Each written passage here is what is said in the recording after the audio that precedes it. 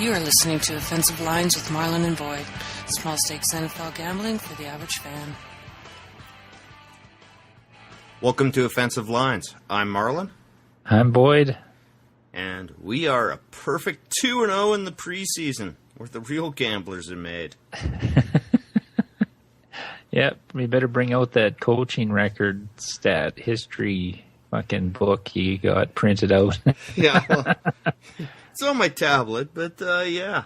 And I'll just give a shout out to Walter Football who compiled this, which has saved our fucking life in the preseason. Yeah, because that's all we go by. We haven't watched a single the first second 2 of years. preseason. Betting preseason, by the way, is not recommended for most. It's truly degenerate. But the first year we did this, I said, oh, no, I'm not going to bet preseason. And, Boyd, you were like, oh, we have to. Come on, we're about gambling. We have to do this. And we went, I think, 0-8 in our first 8 picks. Yeah. Yeah, not a profitable proposition, but... No, but we've made it back now. We've learned our lesson. But yeah, so, and I actually liked our picks last week, and it was kind of a good preview of how we go about this. We bring in ideas, stuff we like. Like, one we agreed on right away was Detroit over Pittsburgh, which was never in doubt, by the way. I mean, that one was just cruise to victory. Then you brought up our sort of legacy bet, the guy we generally bet in preseason, John Harbaugh, who was a preseason king once Mike Shanahan quit, or was forced to quit. And that would have won as well. I brought up Washington with Gruden. We decided that wasn't our favorite bet. That would have lost. And then you went to Mike Zimmer, our new preseason hero. Well, and the revenge factor. For having been in Cincinnati, even though he didn't leave on bad terms, and still the players always play a little harder. And then found out Zimmer had an 8-1 record in the preseason. That made it a lock. Oh, yeah. But that's kind of the process we go through, is we try to find something we can agree on. And that's our bets. And we were just going through our numbers from last year. We made roughly 10% on our money betting football. Doesn't sound like a bunch, but if you've ever tried to bet football, that's a hell of a return. I mean, you can't get that anywhere these days. That's Bernie Madoff money. Yeah, now we just need somebody to bank thousands of dollars so we can make a respectable profit. Yeah. You see, here's the problem. I know that if I was betting $10,000 instead of $10, my brain would seize up and I would panic and I would go so risk averse I never would win $1.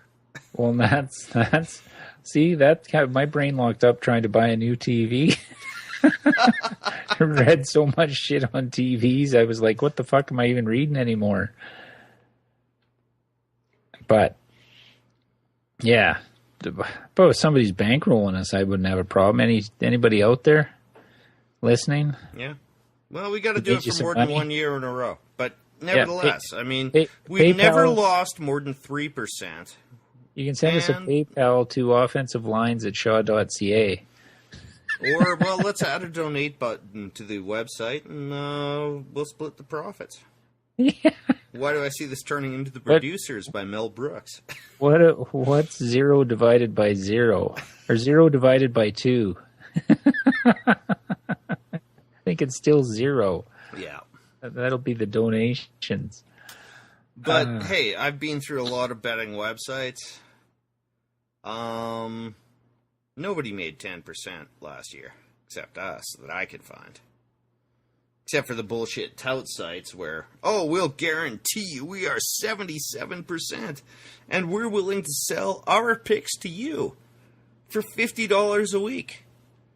And we should make if this you're a subscription 77%, if you're 77 fucking %, why would you sell a dime of that? You are sitting on a giant money-making cow. Milk it. Sorry. Don't trust people who promise you the world. Well, there was a point there up until, about week 10? We were at like 65%, correct? Yeah. Then we had a lull. Yeah, it's called regression to the mean. Yeah. Then we had a lull. We were cruising through the first half of the year. But we still controlled a nice profit through the end. Yes. So, right now, I consider this the silliest part of the NFL season. There's news, and almost all of it is meaningless. Do you agree or not? Well, it depends. If you get news that one of your rookies fucking blows his ACL in second week of camp. Oh, that's absolutely. news. Yeah, that's 5% of it. Nothing really means anything. The league makes them put out depth charts before the start of week 1 of the preseason just so people can bet and know who's starting and make their bets based on that. We're not that scientific. And there was the New Orleans Saints today on their depth chart they put up. Kobe Fleener was on the other, so that meant he was below the 4th string tight end. Which means he's not playing. Well, but the depth charts are supposed to represent competition in camp, man. They say it's not about betting, but we all know this is a lie. Well, there's no other reason for it, to have a depth chart before you even fucking have your first game. Or your second, or, a meaningless game. I swear, almost every coach approaches preseason with, we could do 2 scrimmages, we can check out the talent aspects of these players we want to check out, and we can walk away. I'm not saying people don't get injured in practice, but trotting them out there for this ridiculous owner cash grab is really offensive. Yeah, but TV's not going to let preseason go away either. It gets bigger ratings than anything on TV just for preseason, so it's not going anywhere. Is that true? I mean, yes, I'd like to see that. It's true. Is it true? Yes. All right, because the TV did you runs watch it down a bit? Anything. No. But I'm not some hick from fucking southern Kentucky that's fucking all he's got is his Bush Light and a fucking satellite dish. And is watching his third cousin twice removed, once by marriage, who went to Ole Miss, suit up as an undrafted rookie at offensive tackle.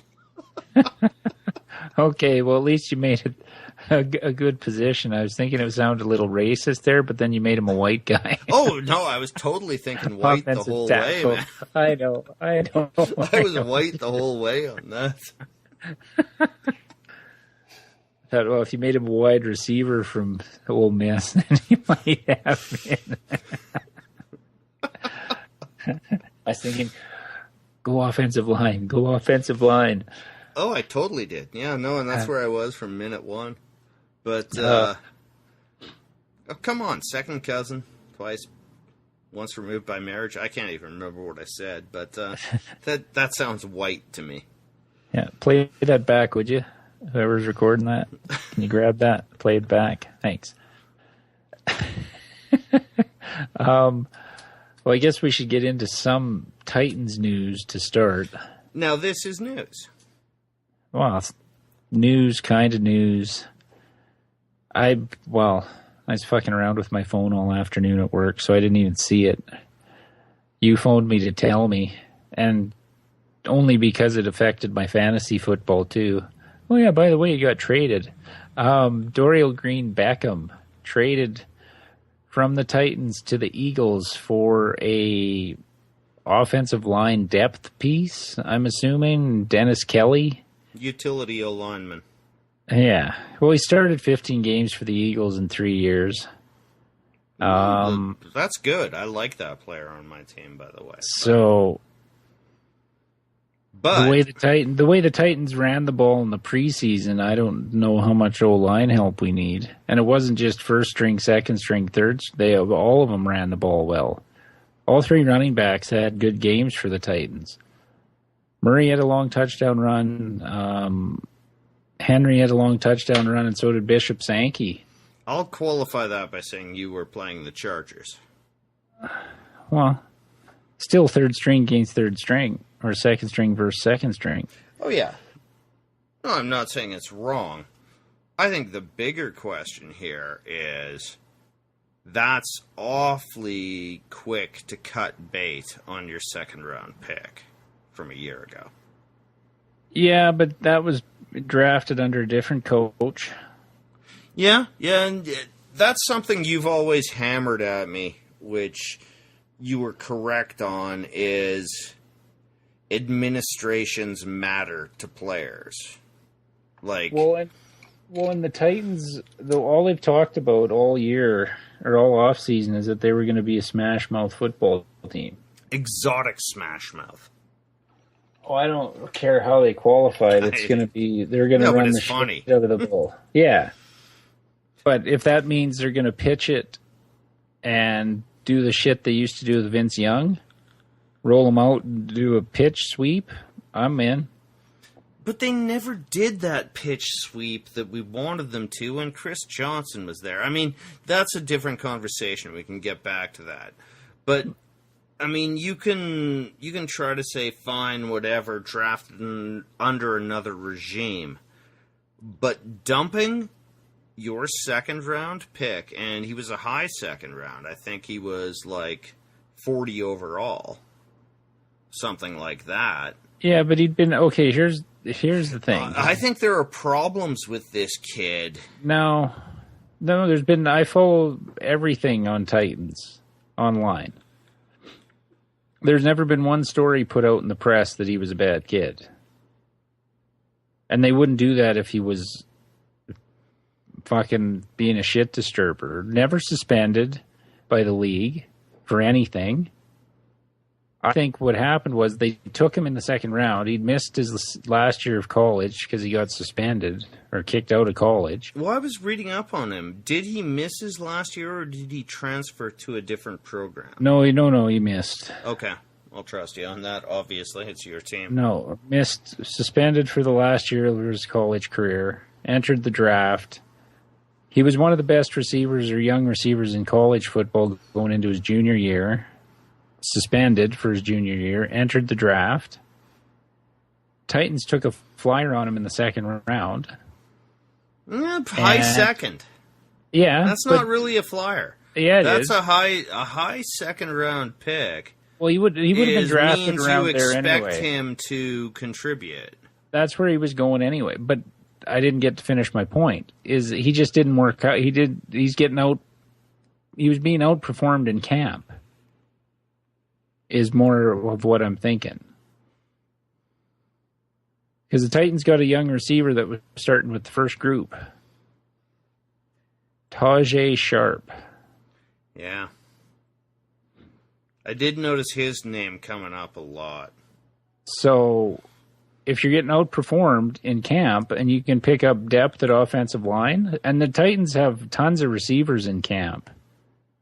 Hunter, Wright, Harry Douglas, we carry 3 tight ends. Sharp. I'm not saying we're loaded at wide receiver, but if you're getting outperformed and you got 7-8 guys in camp and you can get a quasi-starter depth at offensive line. Oh, a guy you can play 3 positions on the line and perform them adequately. You know what I think of that. I think that is gold. That's money in the bank. The more depth you have on O-line, the better you are in this league. Talk to the Patriots. You know? Yeah. O-line, D-line, you need depth. So,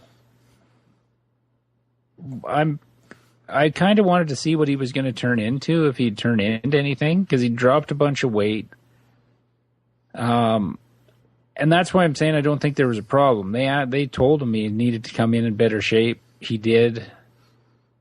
did everything they asked him to do.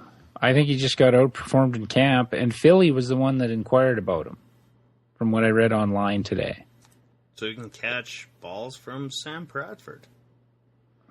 Poor kid. Well, I feel bad for him. I hope he fails. You go from Marcus Mariota, who has serious potential, to Sam Bradford, who has none.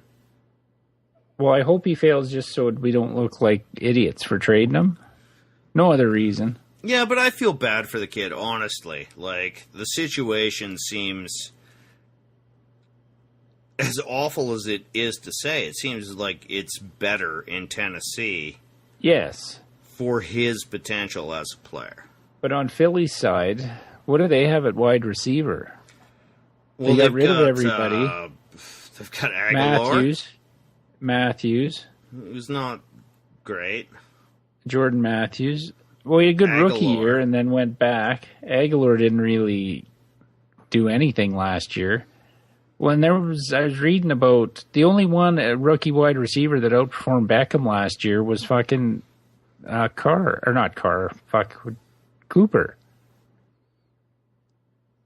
Yeah. Like he had 550 yards receiving and 32 catches. Yeah, but I said that before last year, too, is first-year wide receivers don't usually explode.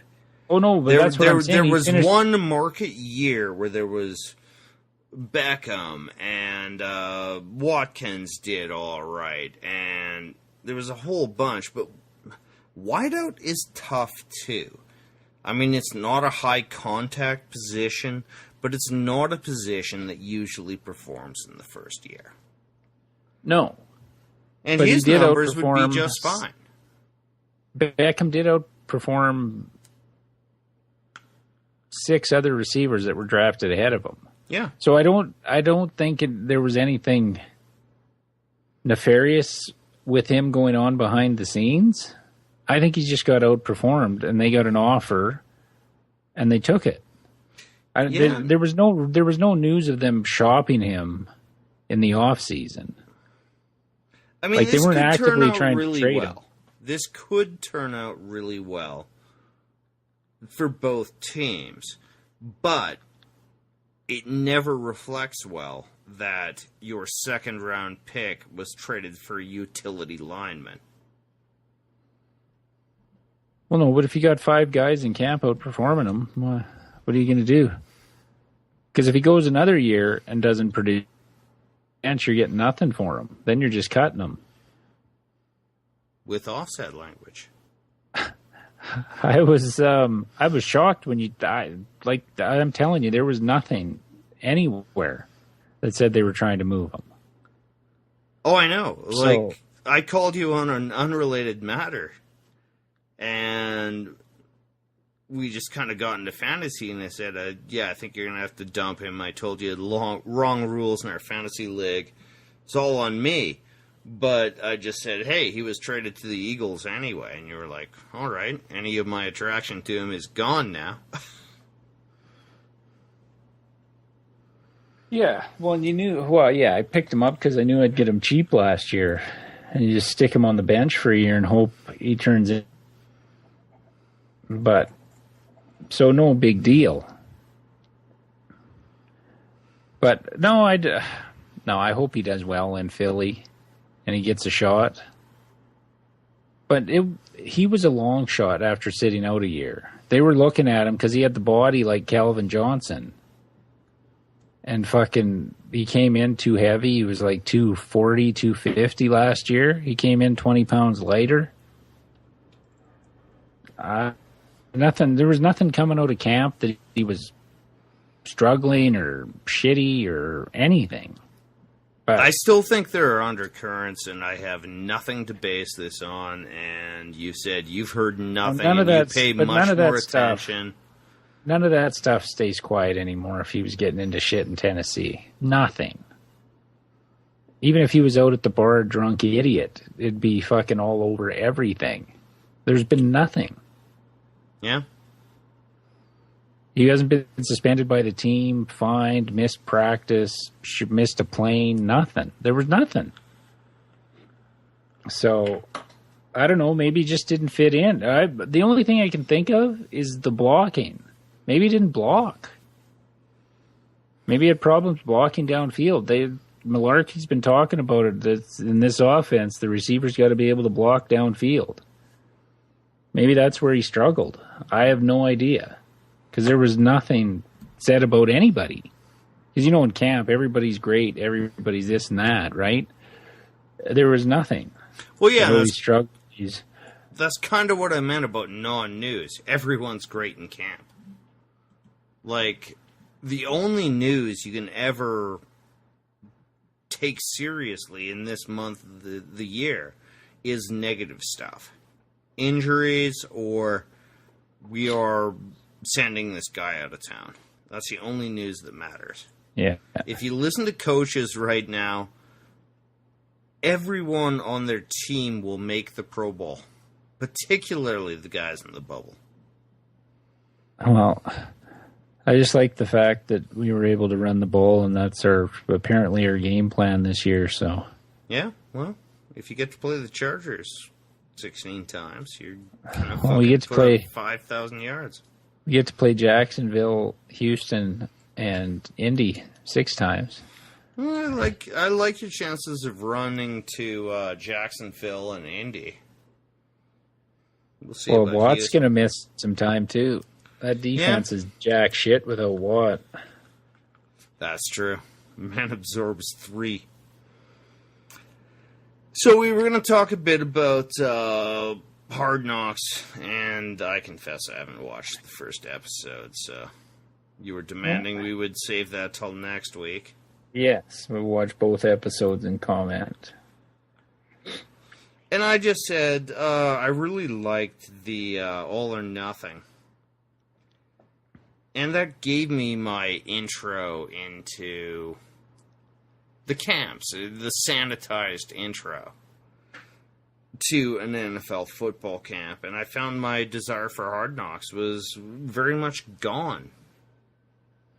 You say that's not the case. No.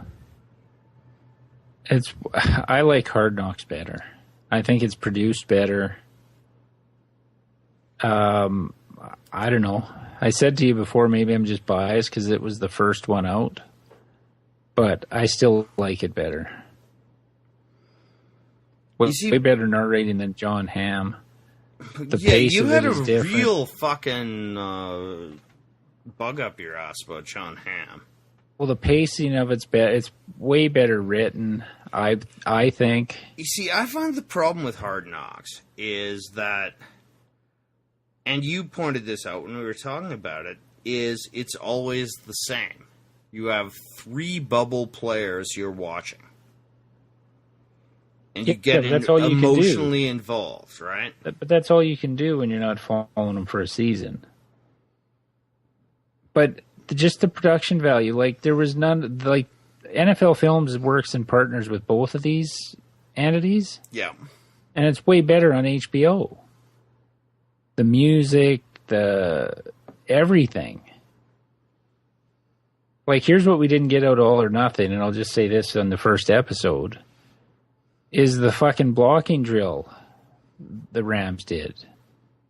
It wasn't Oklahoma, but it may as well have been. It was just one-on-one.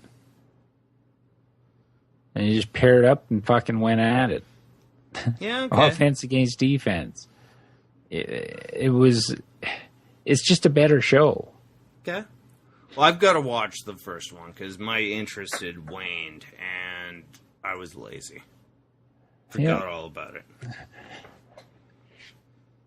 So it's worth it. It's worth watching. And if you think Amazon's better produced, well, I'm still not letting you off the hook for not watch it, but that would be your opinion. My opinion is that it's, I will watch HBO it. is better. I mean, this is what we do, right? So that's not a question.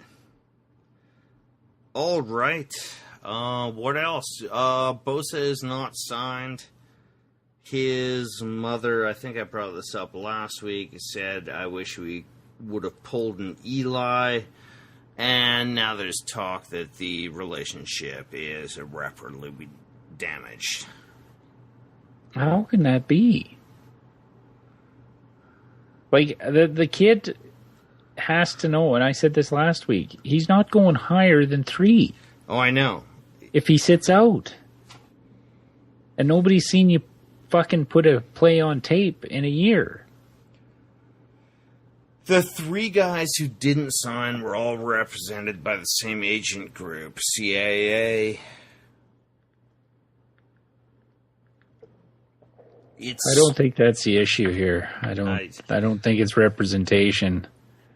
I think he got it in his head that he's fucking going on principles over fucking reality here. But what I cannot believe is that no one realizes, team or Bosa, that the principles don't matter here. Exactly. We are quibbling over nickels. I agree, but you know how some people are. On both management and players, once they feel slighted, if the ego gets in the way, it's fucking over. And he's young enough that if the ego gets in the way, he's just like, fuck you, and I'll sit out a year. Here's the fact. And then, by the way, the Chargers took him at number 3, and he was about number 7 if no one touches him, right? It's not like he was the fucking golden boy that everyone wanted and happened to fall there. No, but from his position, he should be signing. Yes, I understand. When the team just goes, oh no, we're concerned about the $600,000 we might have to pay 4 years down the road if you suck.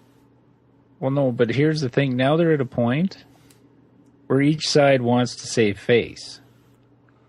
Fuck this save face thing. No, where did this come from? Was this the Japanese concept? No. Did they not lose a war why on the notion of saving face? Why isn't he signing then? Because, well, no, you're right. You're right. They went to the point of no return. They went to the point of no return. Because if the Chargers cave, they look like pussies. If Bosa changes his mind, he looks like a pussy after saying everything he said, what his mother said, everything. He's painted himself into a corner that he can't fucking get out without looking like a bitch. So that's where we stand. So where do they get to the middle ground where they can each look like they won? That's where every fucking negotiation ends. When you get to a point where both sides think they win. But, okay, here is the fallacy of that sort of negotiation strategy. Well, it's what it always is. This is the Donald Trump negotiation strategy. You set it up so someone has to bend down. Do you know what? There's another fucking alternative out there. You look for a mutually acceptable deal. And you're right, that is no longer acceptable now. No, to either side. Whoever was in Bosa's head, whether it's Christ, him... Who is teaching this so-called negotiation strategy? Oh, by the way, like, the big guru of it is into a sexual assault thing. Fuck.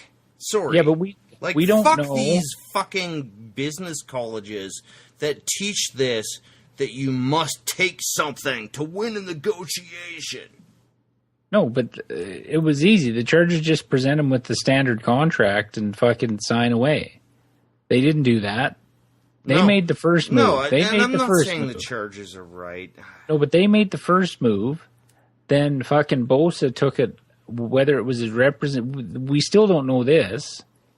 Is the representation acting for him or influencing him? That's what we don't know. Who's calling the shots? Who gave him the advice? Did he make this up on his own? Did they advise him this isn't a good way to go? We have no idea. I'm suspecting it's the agency simply because but the last 3 first-round picks that were unsigned are all represented by the same agency unit. Yeah, but did they have? They must have had Mariota and fucking Winston. No. CAA is a fucking scrap dog. They've lost all their cachet to every other agency. So they got about 3 people that were big, and they're playing big dick. Everyone they represented didn't sign. So what advantage does he have coming back in week 9 over now? Besides losing millions of dollars. I cut him right now. It's past the trade deadline. We don't have to pay him anything. I just say go back to the draft. You sign now or you go back to the draft. That is your choice. And if you go back to the draft, you are going to lose about $12 million. They're not going to cut him. Or you just say, no. I mean, now... And by the way, the Chargers fucked this up wildly. It sounds like I'm coming down against the player. And you know that's not genuinely what I think in any dispute. But the fact is that if you don't resolve this, it is done. And why the Chargers... Do you honestly think the players would have gone screaming to the front office, he got offset language? God damn it! And that was the Chargers' position. Oh, well, we have to follow our protocols and precedents. Well, if that's not it, then it's a smokescreen for something else. And... Which is your argument that they want to take offset language out. And this is still fucking billionaires quabbling over nickels. Yeah, well, you got to be billionaires somehow. It's usually not by handing out free money. No, actually, it's usually by accident. Most of the owners of the NFL are not billionaires for any other reason than their football team. There are very, very, very few billionaires in the NFL that made the money on anything other than the NFL.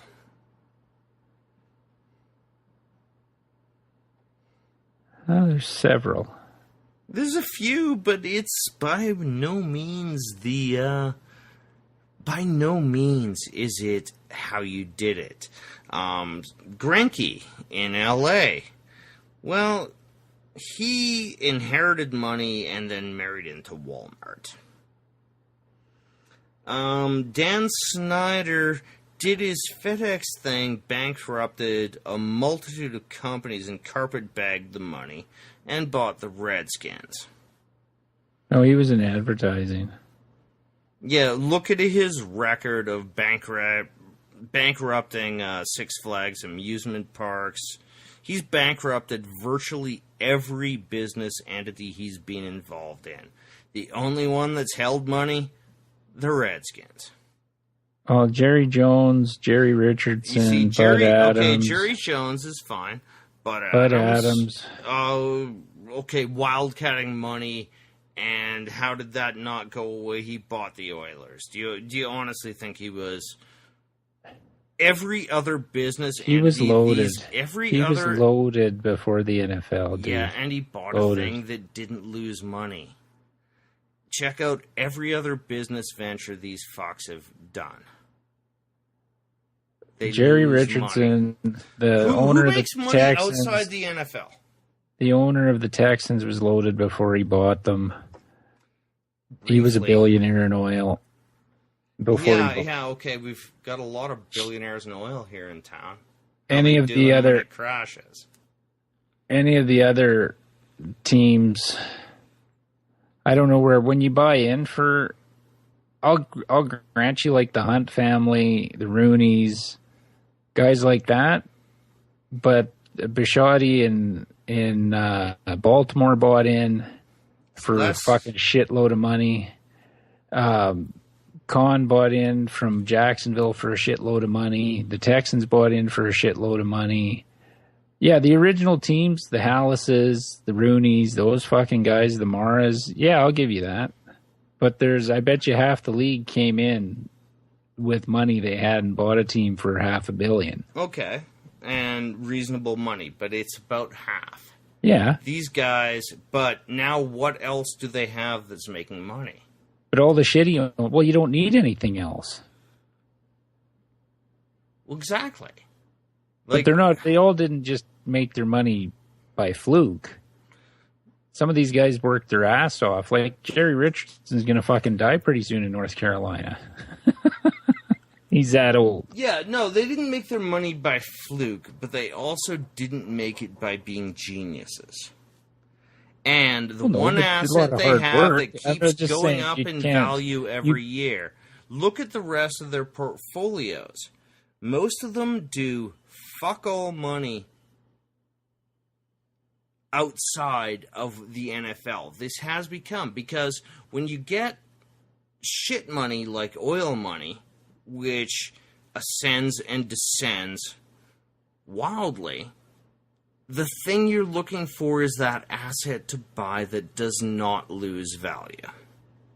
No, I know, but these guys bought these teams after they made their money. In some ways. Like, let me just go to... Like, look at how many franchises have changed hands. San Diego. Did Paul the Allen owners buy of the San Diego Seahawks are worth about $1.7 billion. The team is valued at about $800, and we know it could sell for 1.5, right? No sports team, NBA or NFL, is selling for less than $1.5 billion now. Nothing. What's a basketball team sell for less than that? Pardon? But anyway, basketball. Anyway, how many of the original ownership groups are left in the NFL? That's the only ones that didn't buy in at a high price for the times they were bought. Yeah. So they could all have been Hazlitt, shysters and because you can't say, Hazlitt, look at their shyster, portfolio. Ziggy Wilf, shyster. Schneider, shyster. He doesn't own him. Wilf doesn't own him anymore. Oh, yeah, he does. Yeah.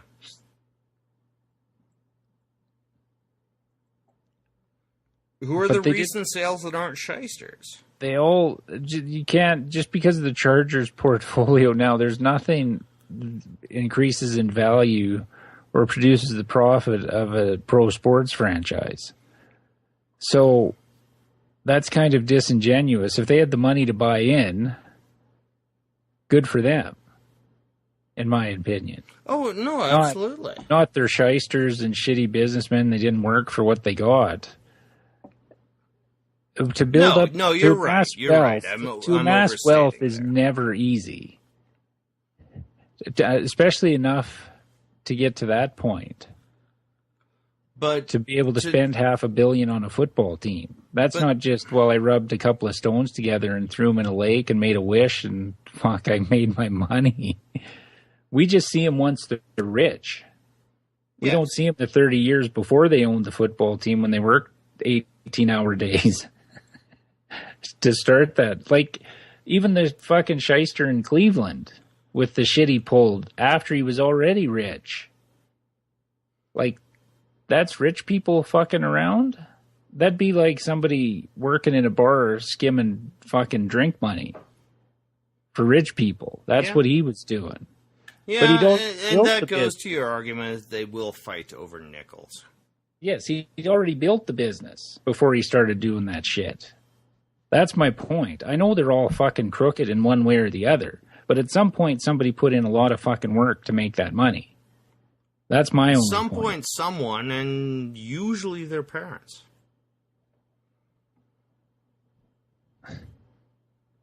Guy in Miami bought the team for a bunch of money. Like, you go around the league. There's been a lot of guys buy in for a lot of fucking money. It wasn't just their team is all their value. Well, yeah, because... Yeah, the Steelers is. Steelers, Bears, Bengals, yes. There's a bunch of teams. But there's also a bunch of teams that came in after the fact. It's 50-50. So, I just don't like painting them all with the same brush and say they all just got lucky. And you're right. You're right. Team. No, you're totally right. But you're right. Yeah, I'll just let it end at that. Well, I might be a little biased because I have my own business, not nearly successful as those, but I know how much work is even just starting one. No, absolutely, Boyd. And that's maybe I took it a little more not that you were saying it personally to me, but just that they didn't have to work for anything to get where they got. And and that's not what I was trying to say. I was just saying that the vast value of many of these people is the NFL. Well, now, yes. But when they bought it, no.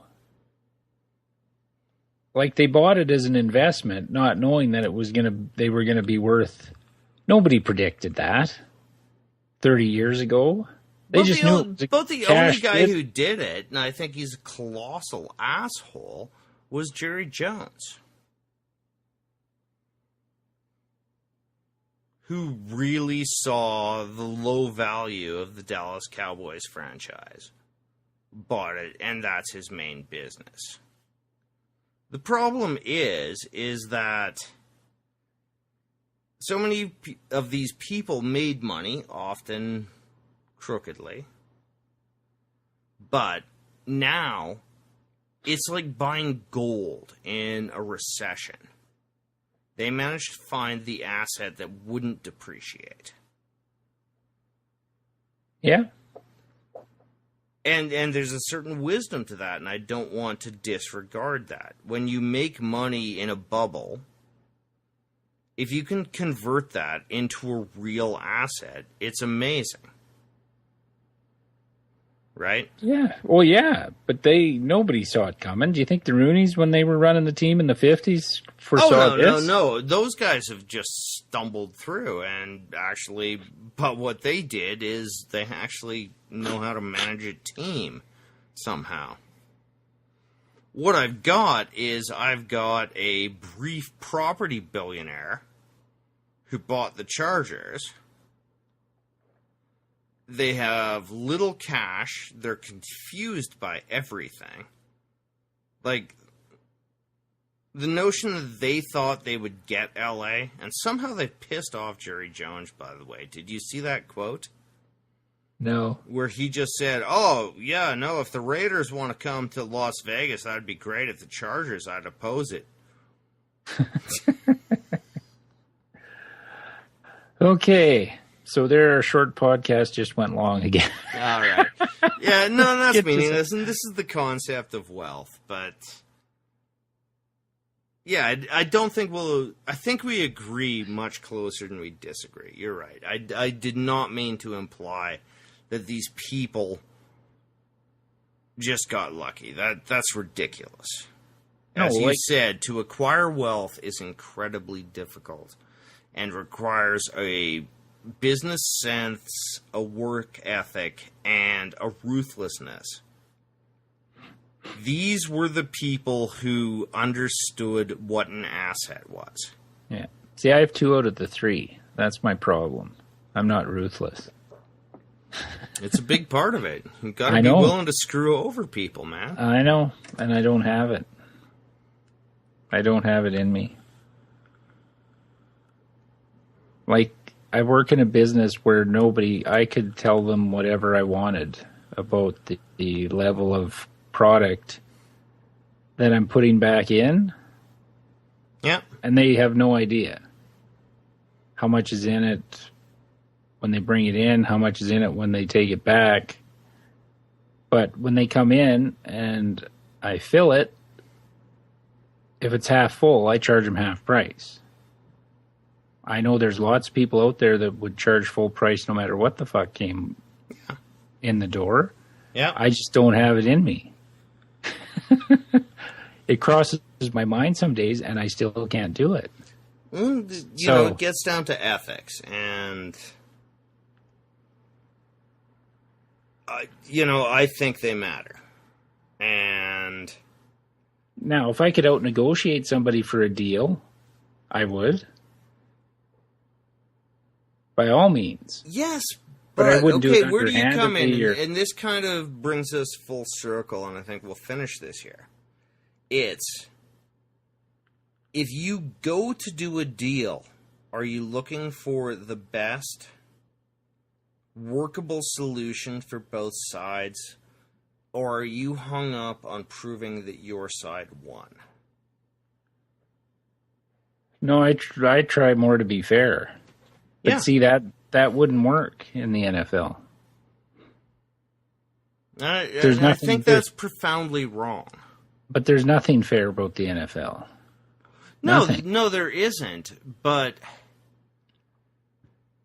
From it the also amount of- leads to a problem if you have to screw your opponent.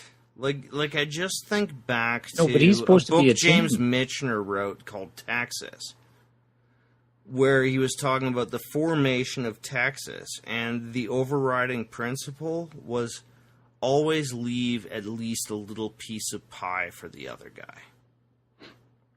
Yeah, but that doesn't exist anymore. Oh, I know, but That's just in everyday life. That's not even NFL owners. That's an everyday fucking life. oh, I know, and I just think that's wrong. I mean, I guess Try and Listeners merge into here traffic. Try and merge into traffic in a traffic jam. Fucking nobody lets you in. They just keep fucking driving. Or the assholes that take the merge lane all the way down to the end No, to you cut. just block those fuckers. Well, I do, but other people let them in. I speed no, up. Shelley lets them in. It drives me nuts. I speed up just so they can't. It's Yeah. like, fuck you. Well, because they're more important. And Well, but that's my point. I just think this is profoundly wrong, and we've really drifted off track now. But it stands. That's the ethics of how you're supposed to treat people. No, that's the lack of ethics. No, but what we're talking about is let the guy in. My theory is let the guy. Every car lets one in, and then we just No, stroll but if along. someone tries to take an unfair advantage, then you don't let them in. No, but that's what I'm saying. In theory, nothing. We should have to do that because everybody just be letting each other in. Wow, we sound Canadian. Well, but it's in the last 15 years in every way, shape, or form. No, you're right, and I find it profoundly wrong. Yes, so do I. But Like that's what I'm saying. profoundly But when wrong. you're dealing, Like, but Marlon, the when you deal notion of with people like society that, will not. The notion of society will not continue on supposed enlightened self-interest. well, There we're has to be a compromise between your self-interest and the stability of your own society. we're too far gone. We're going to implode. We're going to implode from greed and self-interest. It has nothing to do with anything else. That's what's going to be the downfall of this civilization. Because it always happens. Yeah. And you've got people... Now we're getting philosophical. Oh, I know. We've Getting really some gone Aristotle crazy here. shit. No, but then you've got people... Well, I also watched Apocalypse Now again on Friday night, and it's the same thing. When you have people who do not accept that greed is the only thing and have the conviction of what they believe in, and that collides with a greedy society which is tearing itself apart from within, the more committed will always win. Yeah.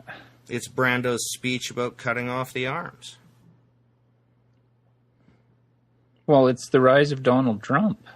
Well, yeah, and it really fits that. And then, yeah. Where a supposed, allegedly a How billionaire... did we get here, dude? It's An a alleged- football podcast. An alleged billionaire is telling the poor people he's going to save them.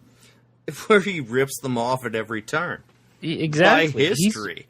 He's fucking cost more fucking contractors and little people money than He's famous. I don't even know what. But It's there he's on diversion. stage, I mean, and poor people believe him that he's going to change their life. You know, Marx thought that religion was the opiate of the masses. Well, so we moved past religion in the Nietzschean sense. God is dead. Very few people have religious convictions. Now fame is the opiate. Yep. Quick buck. I want to be famous. Make my life easy. I can make money on posts for fucking handbags or shoes or fucking clothing. Damn you, Michael Jordan. He was the start of it. What, the Republicans buy a sneaker too quote? Well, just that fame could make you fucking wealthy. Yeah, but the fact was he was really good. I know, but he made more money from being famous. I know, but I have less of an issue with people who have a genuine talent than well, Trump people would like say he has a talent. Being famous. No, people his believe only he has talent. a talent. No, people believe he has. Yes, they do. They every People may fucking believe person that. you hear. But that doesn't matter.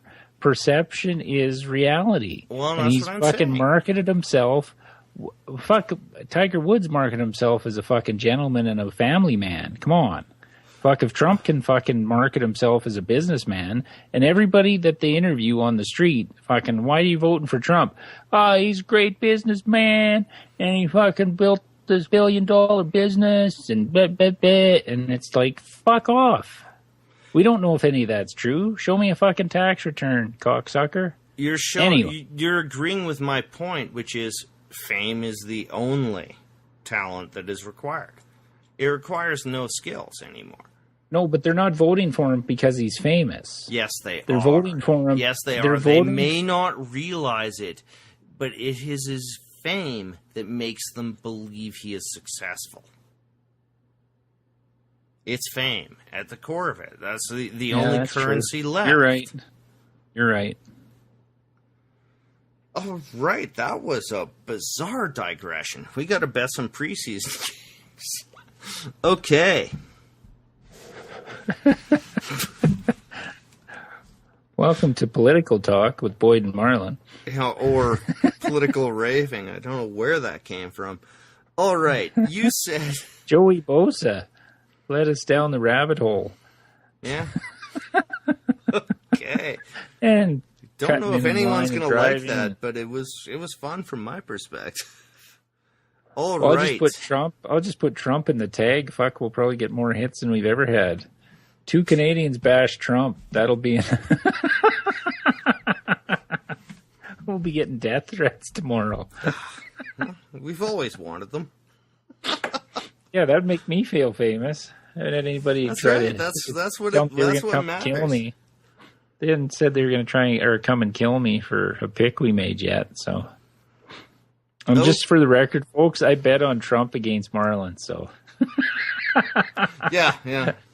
And that's not even my political leanings, but I bet on Trump because I figured he'd win.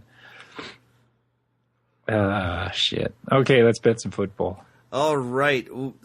First game that I think is kind of interesting, and you said, how do we stay away from Zimmer and Caldwell this week?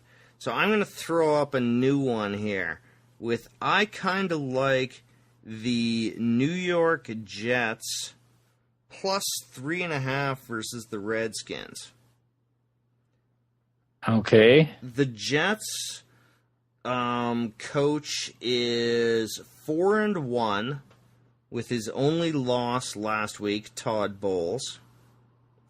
Now we are going against Little Gruden, who has a good preseason record as well. But I like the 3.5 points. Okay. What's Gruden's record? Gruden's record is now... It is 7-3. No, 6-3. I counted 6-3. 6-3 versus a guy who only lost last week. I I don't know. I don't mind it at 3.5. 3.5 is a big spread in preseason. Okay, because I was thinking, what's Belichick's record in the preseason? Oh, God, don't do that. No, just look. I'm basing it more on the Bears. 37 and 30. I'm basing it more on the Bears. They got shut out in preseason. Yeah, okay, let me go to John Fox's 31 and 26. So they're both and the same. He was 3-1 last year with the Bears. And week 1 he usually won, but he's about a 50-50. See, I knew we shouldn't have talked about Trump. Then you hear sirens. Yeah, well, we're lucky. The park across from my condo has a pokey hunting site. So I couldn't believe that we were not hearing gangs of pokey hunters during this podcast. Holy Christ, those are close. Oh, fuck, are they coming to your place? I hope not. Smell it, go touch the door.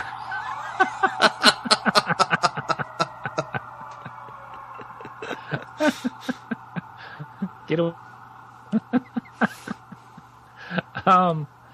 Okay, I was bringing up that game because the Bears got shut out last week. Who gets shut out in preseason? Like, that's not saying much for your depth. No. And the Patriots, what was the score in their game last week? I don't have it handy. I'll look it up.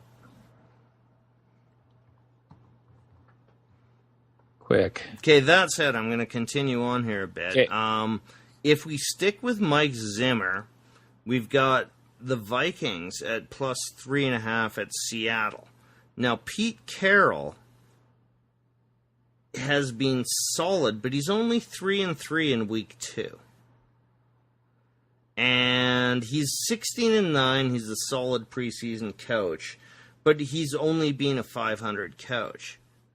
So I'm leaning towards playing Zimmer again.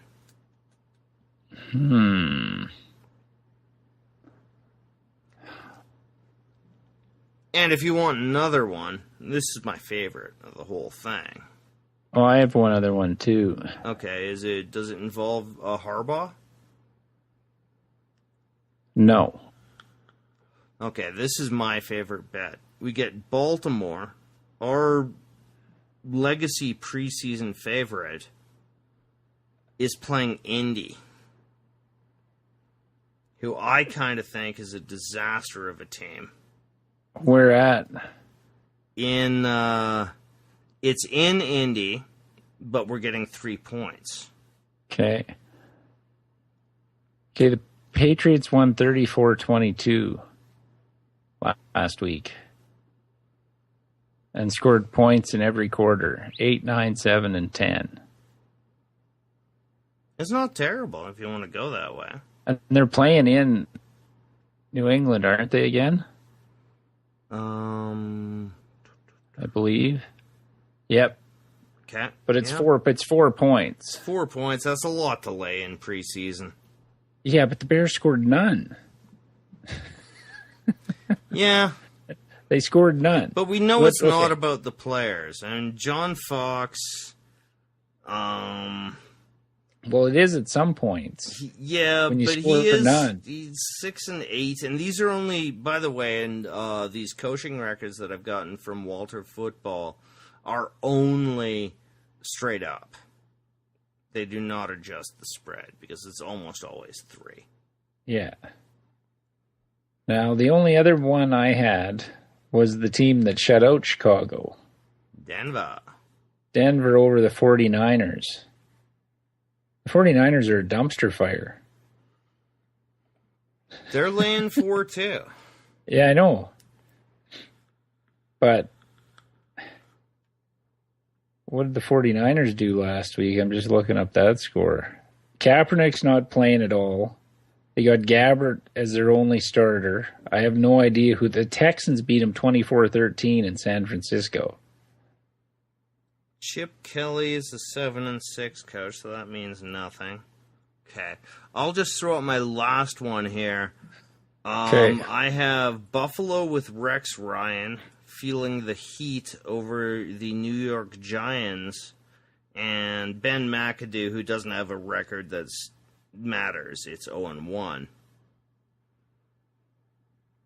Now, there we'd be laying points, too, so I'll just eliminate that, because you want to lay some points. Let's go 1-1. Let's pick our favorites here.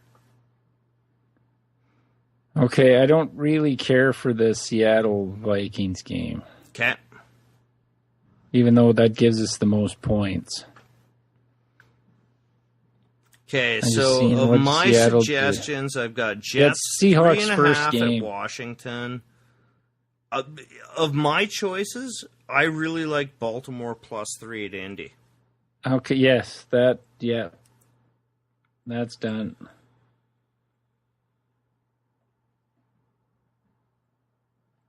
That's my favorite one, too. Now that you brought that one up again. Well, it's Harbaugh. Harbaugh has been a preseason godsend for us. And Indy stinks. Yeah. I don't think they have much depth. We don't get much of a price there, which is should tell us something. That nobody sees Indy as having much. So we've got Baltimore +3 at Indy, which I'm surprised it's not 3.5. Or 2.5, sorry. $5 pays 9. That's not terrible. No. And so, just because Belichick always wants to zig when you zag, I would rather take Denver over the Niners. Okay. Well, when you shut out a team in preseason... Yeah, and that Chicago's says better something. than the Niners. I mean, they're not better than many teams, but they are better than the Niners. And what's Chip Kelly's record? And what's Chip Kubiak's? Kelly's isn't terrible. It is 7-6. Okay, and what's He went Kubiak's? 2-2 with the Eagles, 2-2 with the Eagles, 3-1 with the Eagles, and now he's 0-1 with the Niners. His Week 2 record is 2-1. Okay, and Kubiak? Kubiak. He is 7-2 in Week 2 and 22-14. He's a solid preseason coach. Okay, I love it. done. Okay, so we'll lay some points there with Denver.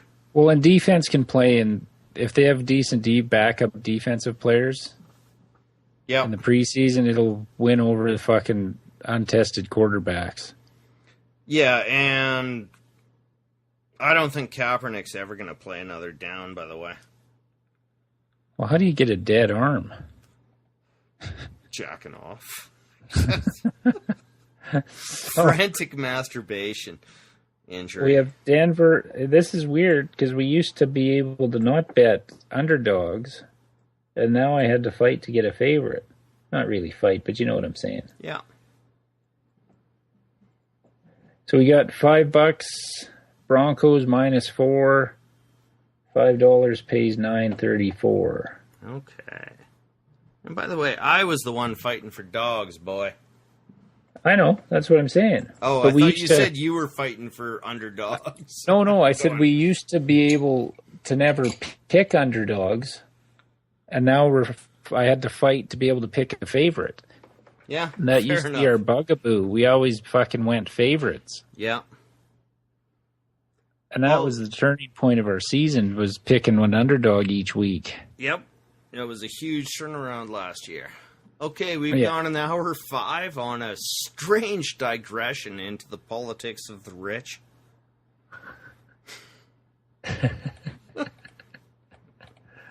Oh, shit. That was good. Okay, but let's wrap this up now. Why is I it- will recap the bets. We have Baltimore +3 at Indy, 5 pays 9, and we have Denver -4 at San Francisco. 5 they're in pays Denver. 9.34. Oh, San Francisco at Denver. 5 pays 9.34. Yeah. All right. If you want to check out the podcast, you can listen to it on iTunes or Stitcher for your Android device. On our website, offensivelines.ca. Follow us on Twitter at offensivelines for any updates to our blog post or when a new podcast is available. Our personal Twitter accounts at olinesmarlon or at olinesboyd. Facebook.com/offensiveline. Send us an email and tell us we don't know shit about Trump. It's offensivelines@shaw.ca. I'm Boyd. I'm Marlon. And that was week 2 of the preseason. Atlantic City casinos. Oh, They're come on, huge. man. Gonna be huge. Your Trump's better than mine. Generous fucking gambler.